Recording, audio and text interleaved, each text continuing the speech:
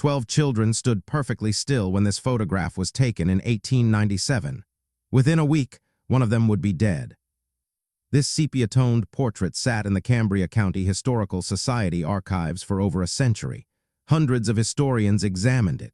Museums displayed it. Researchers published it in academic journals about Victorian childhood. Nobody noticed what was hiding in plain sight.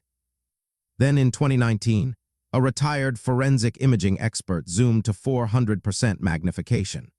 What he discovered in the children's hands sent shockwaves through the historical community and launched a criminal investigation into events that occurred 122 years earlier. Look at this photograph, really look at it. 12 orphans standing in 2 rigid rows, a brick building looming behind them, a stern matron watching from the side. It looks like thousands of other institutional photographs from that era. Sad, formal, forgettable. But these children did something extraordinary. They encoded a message into this image. A cry for help spelled out letter by letter in a language their captors couldn't understand. And they trusted that someday, someone in the future would finally see them. By minute 6, you'll understand exactly what message these children were sending. By minute 14, you'll know who taught them this secret code and what happened to him. By minute 18, you'll discover what archaeologists found when they finally excavated the ground beneath this orphanage. 40 anomalies, 40 small bodies, 34 of them never recorded in any official document. This isn't just a historical mystery. This is a rescue mission that arrived 122 years too late. These children trusted the future. They trusted us, and we almost failed them.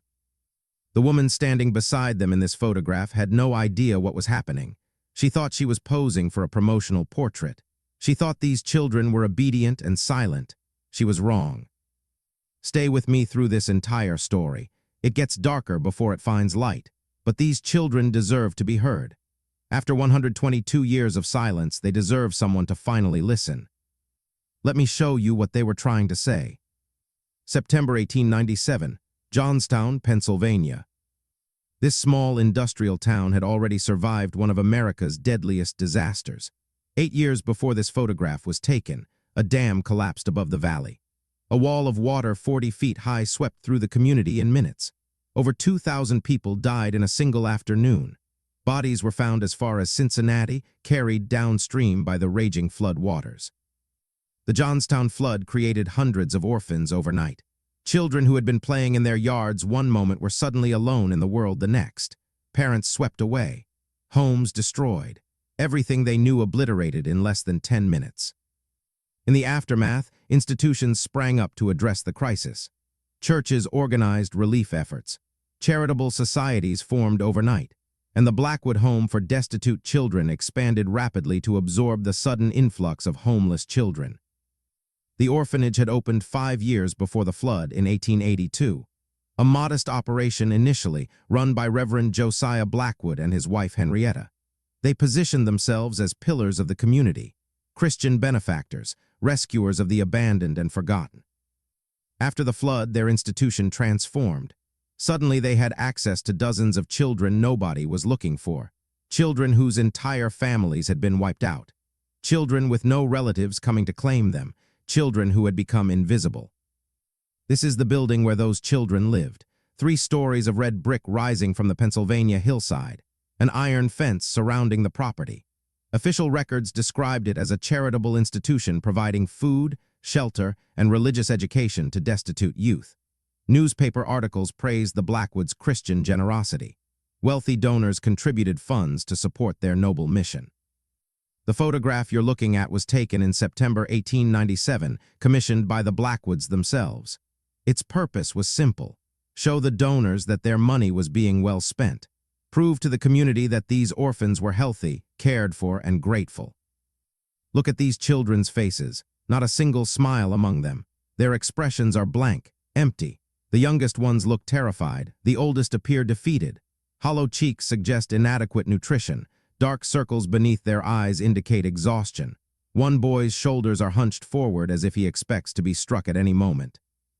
But for 122 years, everyone who looked at this photograph saw exactly what the Blackwoods wanted them to see. Victorian hardship, the somber formality of the era, orphans who should be grateful for whatever shelter they received. A different time with different standards. Nobody thought to look closer. Nobody questioned what these children might be trying to communicate. Nobody examined their hands. Until 2019. That's when a man named Marcus Webb sat down at a computer in the Cambria County Historical Society's archive room. A 52-year-old retired forensic imaging expert from Philadelphia. He was volunteering his time to help digitize deteriorating photographs. Routine preservation work. One of hundreds of old images in his queue that month. He almost scrolled past this one. Just another institutional portrait. Just another collection of sad faces from a different century. But something made him stop, something about the way these children were standing. The positioning of their hands looked wrong, too deliberate, too uniform in their strangeness. He zoomed in, 200% magnification, 300%, 400%. His wife Sarah was in the next room, a retired special education teacher who had spent 20 years working with deaf students. He called her over to look at his screen. What they found would change everything we thought we knew about this photograph. And it would launch an investigation that would eventually unearth horrors buried beneath Pennsylvania soil for over a century. Look at this child's hand. The thumb is tucked firmly into the palm. 3 fingers are extended upward. 1 finger is bent at the middle knuckle. Does that look like a natural resting position to you? It isn't natural. It's completely deliberate. A specific configuration held in place while the photographer prepared his equipment and captured the image. A position that takes concentration to maintain. Marcus Webb recognized immediately that something was wrong with how these children were standing. His 3 decades of forensic imaging experience had trained him to notice anomalies that others would overlook, and this photograph was filled with them. Every single child was holding their hands in an unnatural position, different from each other but equally strange. Fingers bent at odd angles, thumbs tucked or extended in ways that would be uncomfortable to maintain. His wife Sarah leaned closer to the screen and felt her breath catch. She knew exactly what she was looking at. The Victorian manual alphabet, a system of hand signs used by deaf individuals to spell words letter by letter. Each specific hand configuration represents a specific letter. Sarah had taught this system to students for 2 decades. The configuration on the first child's hand was unmistakable. The letter H. They began mapping every hand in the photograph, child by child, position by position, letter by letter. What they found made Marcus Webb push back from his computer, his hands trembling slightly. HELP. 4 children in sequence, each forming 1 letter of a word that needed no translation. Help. But that wasn't the complete message. 6 more children stood in the rows, each holding their own deliberate hand position. Marcus and Sarah continued their analysis, matching each configuration to the Victorian manual alphabet. US. Help us. 2 words, 6 letters, spelled out across 6 different children standing in 2 formal rows, their faces betraying nothing while their hands screamed for rescue. But the message still wasn't complete. The remaining children in the photograph were forming additional letters. CRUEL. The full message emerged on Marcus Webb's screen, assembled letter by letter from 12 pairs of small hands. Help US cruel. Or parsing it differently, help US cruel. A cry for rescue, an accusation against their captors, hidden in plain sight for 122 years. Marcus read the message 3 times, feeling his heart pound. 12 children had coordinated this effort. 12 children had held these positions while a photographer adjusted his camera and the matron stood watching. 12 children had trusted that someday someone would look closely enough to see what they were saying. And nobody had. For over a century, this photograph had been viewed, displayed, published, and examined.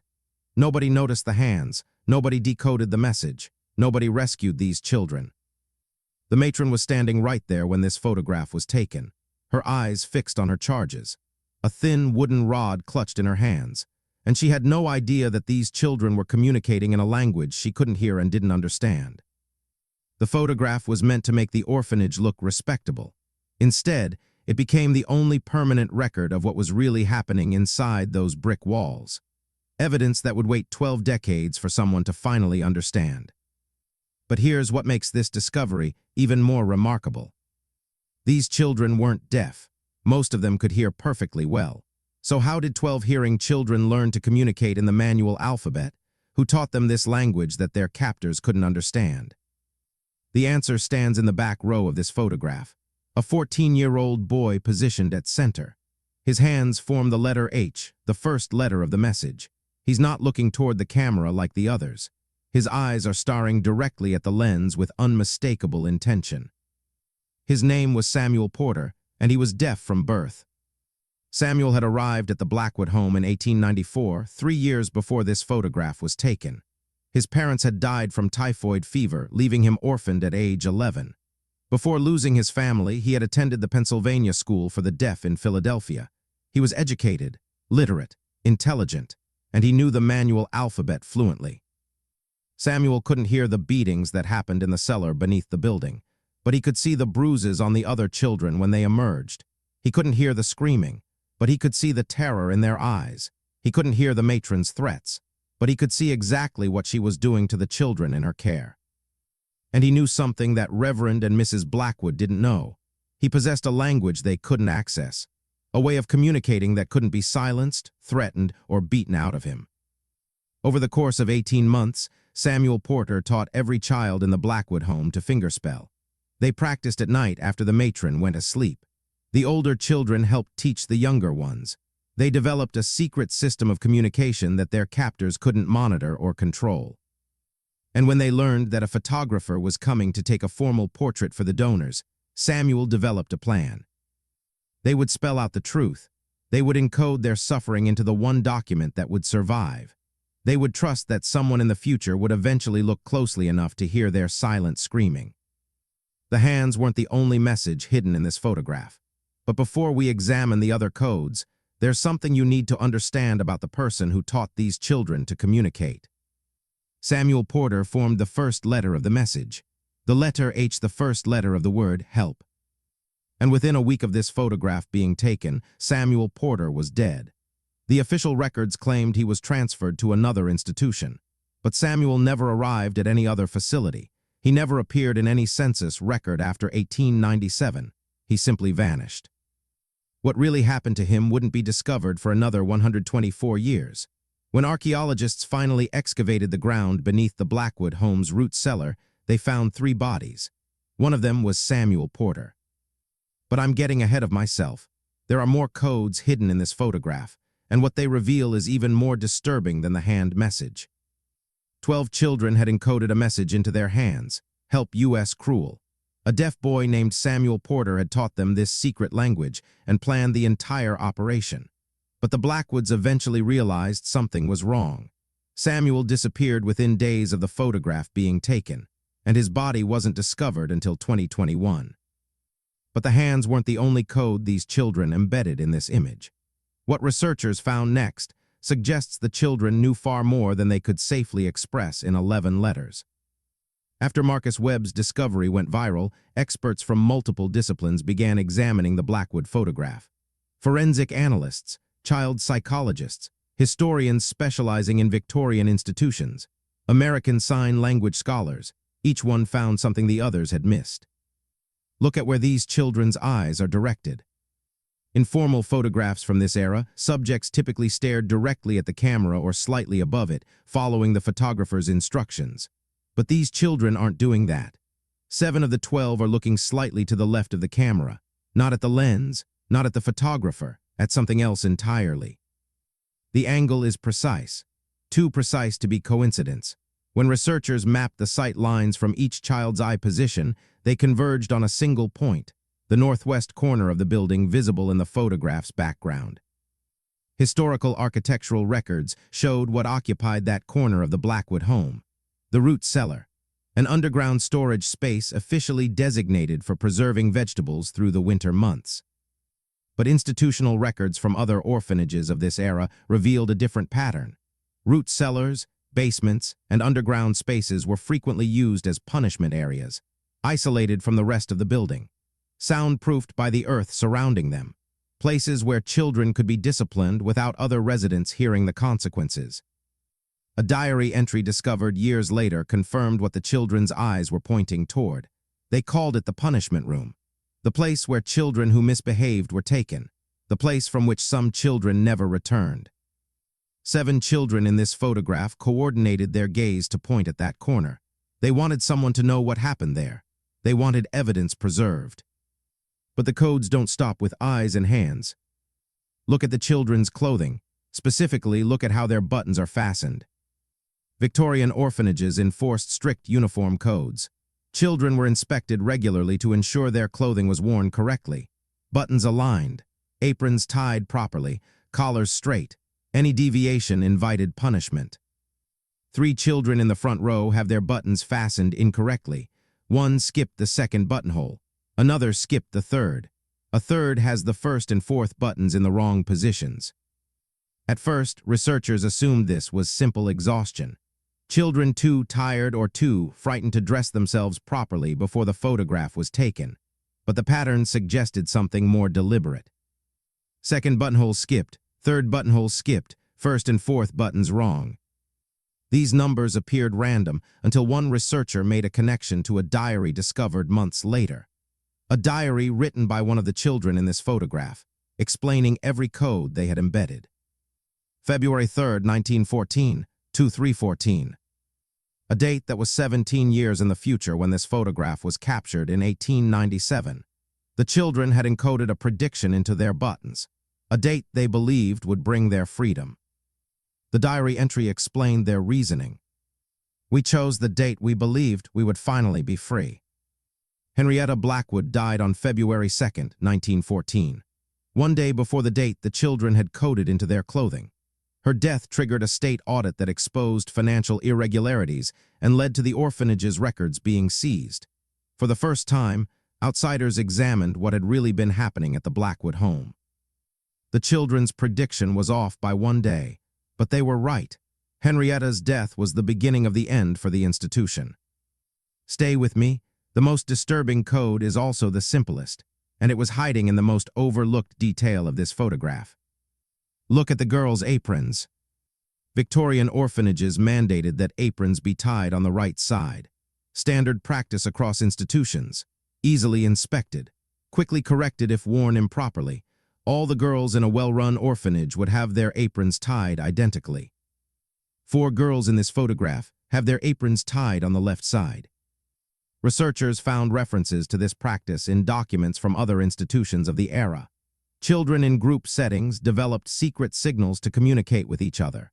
Ways of sharing information their supervisors couldn't decode. A left-tied apron was a warning, a signal passed between children that meant one specific thing: someone was beaten today. 4 warnings in one photograph.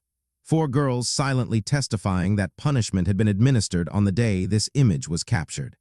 4 children marking the date with their clothing, creating a record their captors didn't understand. And then there's the matron herself. Look at what Henrietta Blackwood is holding in her hands as she poses for this promotional photograph. A thin wooden rod, a discipline implement, visible right there in the image, meant to prove these children were well cared for and treated with Christian charity. She wasn't even trying to hide it. She didn't think anyone would question her. She didn't imagine that 122 years later, people would be examining every pixel of this photograph, searching for evidence of what really happened to the children in her care. She thought she was untouchable. She thought these children were voiceless. She was wrong on both counts. If you're still watching, you understand what these children were trying to communicate. A message in their hands, a location in their eyes, a date in their buttons, a daily record in their aprons. Multiple layers of coded information, all hidden in a single promotional photograph. But you don't yet know who these people really were. You don't know the full scope of what happened inside the Blackwood home. And you don't know how a 12-year-old girl's diary, hidden for over a century, finally brought their story to light. The answer changes everything. Reverend Josiah Blackwood was born in Virginia in 1841. He served as a military chaplain during the Civil War, ministering to Union soldiers in field hospitals and battlefield camps.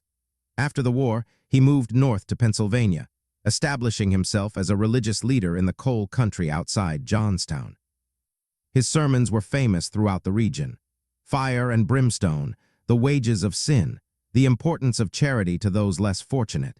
He collected donations after every service for the unfortunate souls who needed Christian rescue.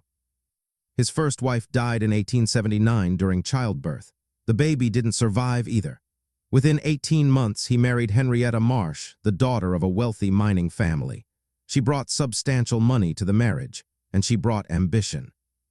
Together, they conceived the Blackwood Home for destitute children, a private charitable institution that would take in orphans, illegitimate children, and those whose families could no longer care for them. They applied for a state charter in 1881 and opened their doors the following year. The official purpose was noble: rescue children from the streets, provide food, shelter, and religious education, prepare them for productive lives as servants, factory workers, and farm laborers. The Blackwoods presented themselves as saviors, and the community believed them. But Josiah and Henrietta had discovered something that would make them wealthy beyond their congregation's imagination. Orphans were extraordinarily profitable. Pennsylvania provided monthly subsidies for each child housed in licensed charitable institutions. The state inspected occasionally, but inspectors could be charmed, bribed, or simply lied to. As long as the children appeared adequately fed during visits, the money kept flowing. Wealthy donors contributed generously to support the Blackwoods' mission. Local businesses donated goods. Churches organized fundraising drives. The more pathetic the children appeared, the more money poured in. And then there was the income source the Blackwoods never reported to anyone. Pennsylvania in the 1890s ran on coal. Mining operations employed tens of thousands of workers, and they constantly needed more labor. Adult workers demanded wages, complained about conditions, and sometimes organized for better treatment. Children didn't, especially orphaned children with no parents to advocate for them. The Blackwoods called it vocational training. They told donors and state inspectors that the children were learning valuable skills that would serve them in adult life. What they didn't mention was that local factories and mining operations paid the Blackwoods directly for this child labor, and the children saw none of the wages. Children as young as 5 years old were loaded onto wagons before dawn and delivered to coal sorting facilities, where they spent 12 to 14 hours picking slate from coal with their bare hands. Their small fingers were perfect for the work. Their tiny bodies could fit into spaces adults couldn't reach, and if one was injured or fell sick, there were always more where they came from. A neighbor filed a complaint with local authorities in 1892. She reported seeing children leaving the Blackwood home before sunrise, loaded onto industrial wagons like cargo. She described children returning after dark, stumbling with exhaustion, their hands bleeding. The complaint was dismissed. Reverend Blackwood was a respected member of the community. His word carried weight. The concerned neighbor was characterized as a busybody interfering with Christian charity work. By 1897, the operation was well established. Children worked at multiple industrial sites throughout the region. The Blackwoods collected money from 3 separate sources: state subsidies for housing orphans, charitable donations from well-meaning supporters, and direct payments from the businesses that used the children's labor. Financial records later analyzed by investigators showed the Blackwoods were earning the equivalent of approximately $2 million per year in modern currency. They lived well. Henrietta's dresses were imported from Philadelphia. Their home was among the finest in the county. Meanwhile, look at what the children wore. Threadbare uniforms passed between dozens of residents over the years. Shoes with holes, jackets missing buttons. One child in this photograph has no shoes at all, standing barefoot in September with Pennsylvania winter approaching. The contrast tells you everything about where the money actually went. Samuel Porter arrived at this institution in 1894. 11 years old, deaf since birth, both parents dead from typhoid fever. He had no other family willing to take him in. Before losing his parents, Samuel had been a student at the Pennsylvania School for the Deaf in Philadelphia. He could read and write fluently. He was educated in mathematics, history, and literature, and he was fluent in both American Sign Language and the manual alphabet used for finger-spelling English words. For the Blackwoods, Samuel presented a problem. They couldn't threaten him with words he couldn't hear. They couldn't sneak up on him the way they could with the other children. He watched everything. He understood everything. And he possessed a communication system completely outside their knowledge or control. For the children already living in the Blackwood home, Samuel was a revelation. He brought with him a secret language, a way of speaking that could not be silenced, overheard, or punished. We know what happened next because of Eliza Morgan. Eliza was 12 years old when this photograph was taken. She's visible in the back row, distinguished by her unusually short hair, possibly cut as punishment. Dark circles under her eyes suggest she hadn't slept properly in months. Her hands form the letter E in the coded message. Eliza kept a diary. This diary was discovered in 2020, 1 year after Marcus Webb decoded the photograph's hand message.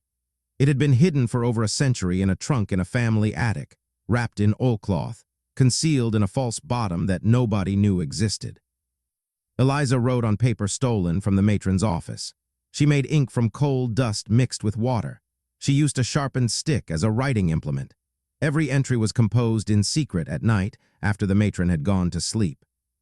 The diary spans from March 1896 to September 1897, ending 1 week after the photograph was taken. 80 pages of testimony in a 12-year-old girl's cramped handwriting. March 12, 1896. Samuel showed me how to speak with my hands today. He cannot hear, but he sees everything. He says we can tell the world what happens here without moving our lips. The matron will never know. Over the following months, Samuel taught every child in the orphanage. The older ones learned quickly. They helped teach the younger ones. Within a year, the entire population of the Blackwood home could communicate in a language their captors didn't understand. June 3, 1896. Anna was taken to the cellar again. She is only 6. We heard her screaming for 2 hours. When she came back, she would not speak. Samuel says we must remember everything. Someone will listen one day. August 15, 1896. Thomas died last night. The matron says it was fever, but we saw the marks on his back. They buried him behind the stable before dawn. I counted from my window. That makes 9 graves I have seen dug.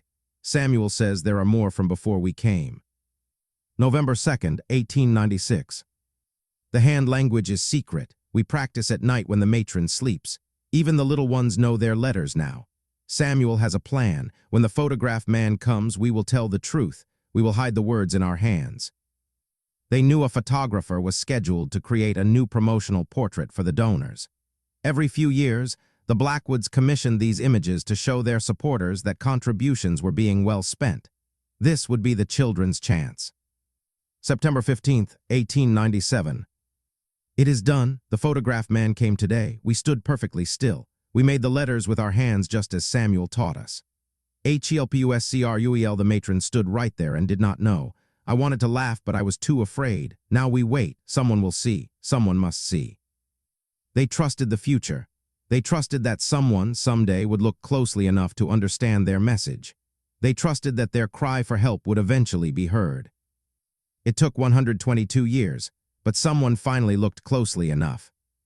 12 children had risked everything to encode a message in their photograph. A deaf boy named Samuel Porter had orchestrated the entire plan, teaching his fellow orphans a secret language and coordinating their positions on the day of the portrait. A 12-year-old girl named Eliza Morgan had documented everything in a hidden diary, creating a written record to accompany the photographic evidence. But within days of the photograph being taken, something went terribly wrong. Samuel Porter disappeared.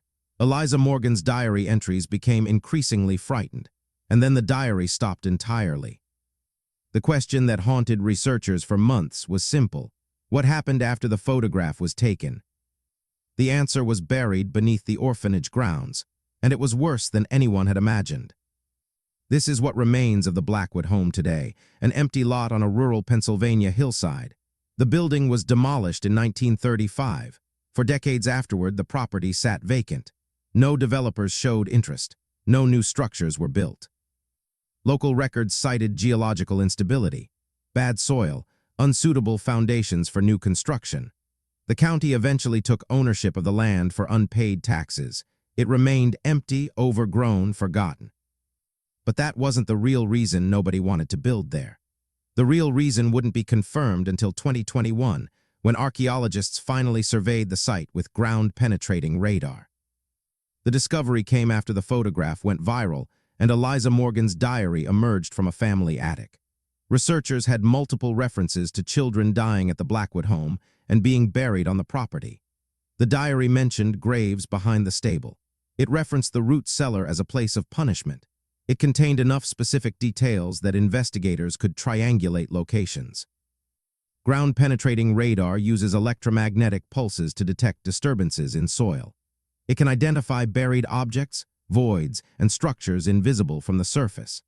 Forensic archaeologists use it to locate unmarked graves without disturbing the evidence before proper excavation. In August 2021, a team from the Pennsylvania State Archaeologist's Office surveyed the former Blackwood property. What they found stopped the investigation cold. 40 distinct anomalies, consistent in size and shape with individual human burials, spread across 3 areas of the property. 14 anomalies behind where the stable once stood, exactly where Eliza's diary said children had been buried before dawn. 23 anomalies along the northwest corner, the exact location the children's eyes had been pointing toward in the 1897 photograph, the area containing the root cellar, the punishment room.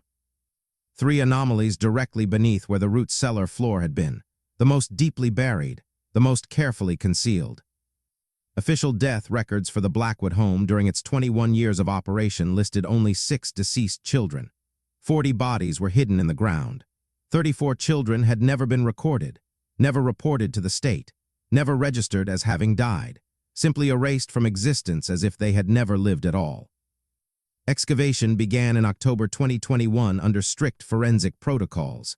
Every bone was documented in position before removal. Every artifact was photographed, cataloged, and preserved. Behind the stable, archaeologists found 14 individual graves arranged in 2 neat rows.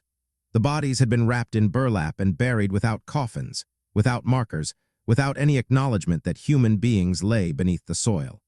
Skeletal analysis revealed ages ranging from approximately 4 to 16 years old. Every set of remains showed signs of severe malnutrition. Growth plates indicated stunted development from inadequate nutrition during critical years. Bones showed evidence of repeated stress injuries, the kind caused by heavy physical labor during childhood. 3 sets of remains showed something worse, blunt force trauma to the skull. These children hadn't died of disease or accident. They had been killed. The northwest corner was worse. This wasn't individual graves. It was a mass burial pit containing commingled remains of at least 23 children. Quicklime had been used to accelerate decomposition, suggesting the burials were rushed and concealed. Many of these remains showed the same patterns: malnutrition, labor injuries, untreated illnesses. Among the bones, forensic teams recovered personal items: a small wooden cross carved from scrap wood, a single shoe button, a hand-carved doll no bigger than a thumb, the only possessions these children had owned, buried with them and forgotten. If you're still watching, you've invested time in understanding what happened to these children. What you don't yet know is what happened to Samuel Porter, the deaf boy who planned the coded photograph. His fate wasn't confirmed until archaeologists excavated beneath the root cellar floor. The 3 burials beneath the cellar were the most recent, dating to the orphanage's final years of operation between 1900 and 1903. They were also the most carefully concealed, buried beneath concrete that had been poured specifically to hide them. DNA analysis and historical records allowed investigators to identify one set of remains with certainty. Samuel Porter, 14 years old at the time of his death in late 1897, the deaf boy who had taught an entire orphanage to communicate in secret, the teenager who had planned the coded photograph, the leader of a silent resistance that documented abuse the adults thought they had successfully hidden. Official orphanage records stated that Samuel had been transferred to another institution in October 1897, 1 month after the photograph. But there was no record of him arriving at any facility. No census document ever recorded him again. He had simply vanished. Until his remains were discovered beneath the very floor where children had been punished. Eliza Morgan's diary contained a final entry dated September 22, 1897, 1 week after the photograph was taken. The matron knows something is wrong. She looks at us differently. Samuel was taken to the cellar yesterday and has not returned. I am hiding this diary tonight. If I do not write again, know that we tried. We were only children, but we were brave. Remember us, please remember us." The diary ends there. No further entries were ever written. But forensic analysis revealed one final detail about Samuel Porter's remains. His hands had been positioned deliberately at the time of burial. Even in death, his fingers formed a specific configuration. The letter H, the first letter of the message, the first letter of hope. Someone had arranged his hands before covering his body with earth. Perhaps Henrietta Blackwood mocking him one final time. Perhaps another child trying to ensure his message would survive even beyond death. The truth cannot be known. What can be known is that Samuel Porter never stopped speaking. His hands continued to form the first letter of his cry for help across 124 years of darkness beneath a concrete floor. When archaeologists finally uncovered his remains, his message was still visible. 40 children were buried beneath the Blackwood home. 34 of them were never recorded in any official document. Samuel Porter, the boy who planned the coded photograph, was murdered within weeks of the image being taken and buried beneath the punishment room floor. But one of the children in that photograph survived. Eliza Morgan escaped the Blackwood home before they could silence her too. She carried her secret for the rest of her life, and she left instructions for her descendants that wouldn't be understood for over a century. Eliza Morgan was transferred from the Blackwood home in October 1897, the same month Samuel Porter disappeared, the same month her diary entries abruptly stopped. Her transfer papers listed a workhouse in Pittsburgh as her destination, a different institution, different administrators, but the same system of exploitation that treated children as cheap labor and disposable commodities. Eliza survived. She endured 3 more years in the Pittsburgh workhouse before aging out of the system at 15. She found work as a domestic servant. She saved her wages. She never forgot what had happened at the Blackwood home, but she never spoke about it publicly. In 1908, at age 23, Eliza married Thomas Morgan, a factory worker she met at a church social. They had 3 children together. She raised them with a fierce protectiveness that her family never fully understood. She refused to let them out of her sight. She taught them to trust no one in authority. Her granddaughter Catherine remembered one peculiar habit. When Eliza was upset or emotional, she would make strange shapes with her hands, fingers bending into configurations that looked like nothing Catherine recognized. She never explained what she was doing. She never taught anyone else the hand language Samuel Porter had given her. She carried that secret alone. Eliza Morgan died in 1962 at age 77. In her final weeks, she called her daughter to her bedside and made a single request. "There is a trunk in the attic. Don't open it until someone asks the right questions." Her daughter respected the request. The trunk sat unopened for decades. It was passed to Catherine, Eliza's granddaughter, who stored it in her own attic without examining its contents. The family understood that something terrible had happened to their matriarch during her childhood. They didn't push for details. Some stories they believed were better left buried. Meanwhile, the people who had tormented Eliza and the other children met their own ends. Reverend Josiah Blackwood died in 1903 from heart failure. He was 62 years old. His obituary in the local newspaper called him a pillar of the community, a servant of God, and a friend to the helpless children of Pennsylvania. It made no mention of mass graves or child labor or the suffering that had occurred inside his institution. After his death, Henrietta struggled to maintain the orphanage alone. She had always handled the children directly while Josiah managed the public relations and fundraising. Without his community standing to protect the operation, cracks began to appear. Within 6 months, the state conducted an audit. Financial irregularities emerged. Money that should have been spent on children's care had vanished. Records that should have existed were missing. Children listed on subsidy applications couldn't be located for interviews. The Blackwood Home for Destitute Children was quietly closed in December 1903. No criminal charges were ever filed. The remaining children were distributed to other institutions. The building was sold. The matter was forgotten. Henrietta Blackwood spent her final decade in poverty. The money she and Josiah had accumulated had somehow vanished. Hidden, perhaps, spent on luxuries, lost to bad investments. By 1910, she was living in a charity house, dependent on the kindness of others for survival. She died on February 2, 1914. One day before the date the children had coded into their buttons 17 years earlier, one day before 2314, the date they had predicted would bring their freedom. Their prediction was off by a single day, but they were right about the outcome. Henrietta's death triggered a final accounting of the Blackwood estate. When investigators examined property records, they discovered the orphanage land had been purchased using children's labor income. The state seized the property. The building was eventually demolished, and for decades afterward the land sat empty, its terrible secrets slowly sinking deeper into the Pennsylvania soil.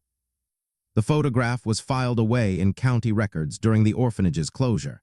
It was transferred to the Cambria County Historical Society in 1954 during a records consolidation. It sat in storage for 33 years. In 1987, it was briefly displayed in a museum exhibition called Victorian Childhood in Pennsylvania. Hundreds of visitors saw it during the exhibition's 3-month run. Nobody noticed the hands. Nobody decoded the message. Nobody asked why the children's eyes were looking toward the northwest corner of the building. The photograph returned to storage. Another 3 decades passed. In 2019, it was selected for a digital preservation project. Routine archival work. One of hundreds of deteriorating photographs scheduled to be scanned, cleaned, and preserved for future generations. That's when a 52-year-old retired forensic imaging expert named Marcus Webb sat down at his computer to examine it. He wasn't looking for coded messages. He wasn't investigating historical child abuse. He was just volunteering his time to help preserve local history. He had no idea he was about to crack a 122-year-old case. Marcus Webb had spent 30 years analyzing images for law enforcement. Crime scene photographs, surveillance footage, digital evidence in court cases. He had trained himself to notice what others overlooked: anomalies, inconsistencies, details that didn't quite fit. When he loaded the Blackwood photograph into his scanning software, his professional instincts immediately activated. Something was wrong with this image. Something beyond the usual deterioration and damage that affected century-old photographs. The children's hands, they were positioned too deliberately, too uniformly strange. Every child was holding a different configuration, but every configuration looked uncomfortable to maintain. These weren't natural resting positions. They were poses. Marcus created a grid overlay on his screen. He examined each child's hand individually. He documented the finger positions, the thumb placements, the angles of the joints. That evening, he showed his work to his wife Sarah, a retired special education teacher who had spent 2 decades working with deaf students. Her reaction was immediate. She recognized the hand shapes before Marcus finished explaining what he had noticed. "That's the manual alphabet. Those children are spelling something." They worked through the night, mapping each hand to its corresponding letter, building the message character by character. HELPUS. Help us. CRUEL. At 3 o'clock in the morning, Marcus Webb sat back from his computer screen with the complete message visible before him. His hands were shaking. He had analyzed horrific images during his career: crime scenes, accident sites, evidence of violence and tragedy, but this was different. This was 12 children who had been screaming for help for 122 years, their message preserved in their hands, and nobody had heard them. He contacted the Cambria County Historical Society the next morning. The discovery was announced within weeks. The photograph went viral globally. Millions of people saw the image for the first time and finally looked at what the children were trying to say. That's when Catherine Holloway saw the news coverage. Eliza Morgan's great-granddaughter, the woman who had inherited a mysterious trunk with instructions not to open it until someone asks the right questions. She understood immediately. The right questions were finally being asked. In her family's attic, she located the trunk her grandmother had protected for decades. The oilcloth wrapping, the false bottom, the leather-bound journal hidden inside. 80 pages of testimony, written by a 12-year-old girl in 1896 and 1897, documenting everything: the abuse, the child labor, the deaths, the secret language, the plan for the photograph. Forensic analysis confirmed the diary's authenticity. The paper composition matched materials available in the 1890s. The homemade ink was consistent with Eliza's description of coal dust mixed with water. The handwriting matched samples from Eliza Morgan's later life. Two pieces of evidence, both hidden for over a century, had emerged within months of each other. The photograph with its coded hand message.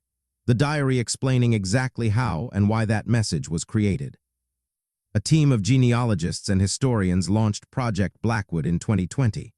Their mission was to identify every child in the photograph, locate descendants where possible, and ensure the full story was finally told. The archaeological excavation followed in 2021, confirming the diary's descriptions of burials on the property. 40 bodies, 40 children whose suffering had been hidden for more than a century. The investigation that should have happened in 1897 was finally conducted in 2021. Too late to save anyone, too late to prosecute the guilty, but not too late to remember. The coded photograph had been decoded. The diary had been discovered and authenticated. The graves had been excavated and the victims identified where possible. After 122 years, the full story of the Blackwood home was finally known. But one question remained. What legacy would these children leave? Would their suffering matter beyond the historical record? Would anyone remember them once the news coverage faded?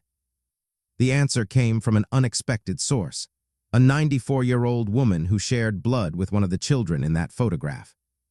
In September 2022, exactly 125 years after the photograph was taken, a memorial was dedicated on the site where the Blackwood home once stood. A granite wall now displays the names of every identified child, 18 names recovered from historical records and DNA analysis, 18 lives reclaimed from oblivion after more than a century of erasure. 22 unmarked stones stand beside the wall, one for each child whose identity could not be recovered, orphans who had no family searching for them, children who were never registered, never documented, never acknowledged as having existed at all. A bronze reproduction of the 1897 photograph is mounted at the memorial's center. Beneath it, a plaque translates the hand code for all visitors to understand. Help U.S. Cruel. The words they couldn't speak, the message they refused to let die. The memorial inscription reads, "We were only children, but we were brave. You finally see us." The original photograph now hangs in the Smithsonian Institution's National Museum of American History in Washington, D.C. It has been featured in academic papers about institutional abuse. It appears in documentary films about child welfare reform. It is used in university courses about the history of American orphanages. The hand code Samuel Porter taught to his fellow orphans has been officially designated the Blackwood signal by American Sign Language historians.